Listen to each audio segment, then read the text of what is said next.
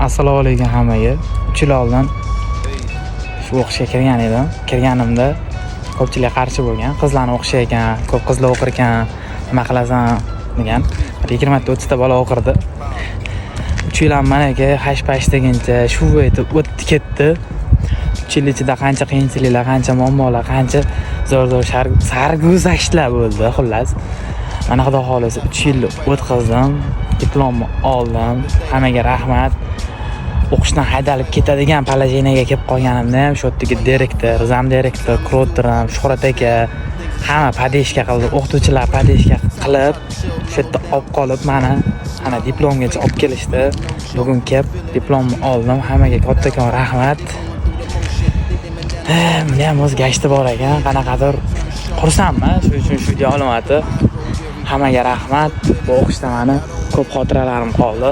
Sizlarga rahmat kattakon.